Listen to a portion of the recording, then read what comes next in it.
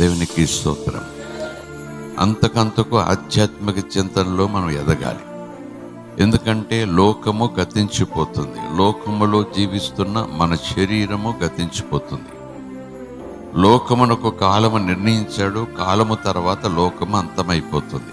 క్రొత్త భూమి, క్రొత్త ఆకాశం. అలాగే మన శరీరాలకు కూడా దేవుడు ఒక హద్దు పెట్టాడు.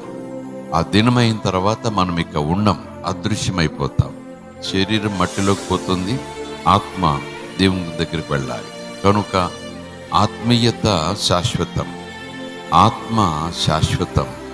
ఆత్మ సంబంధమైన ఆధ్యాత్మికత మీద మనం దృష్టి పెట్టకపోతే మనం ఈ లోకములో బ్రతుకుతున్నను ఆత్మీయంగా వెనకబడిపోతాం, ఆధ్యాత్మికంగా వెనకబడిపోతాం, ప్రభువులో వెనకబడిపోతాం, లోకరీతిగా వర్ధిల్లుటలో కూడా వెనకబడిపోతాం అనటంలో ఏ మాత్రం కూడా సందేహం లేదు. దేవుని మనకి స్తోత్రం.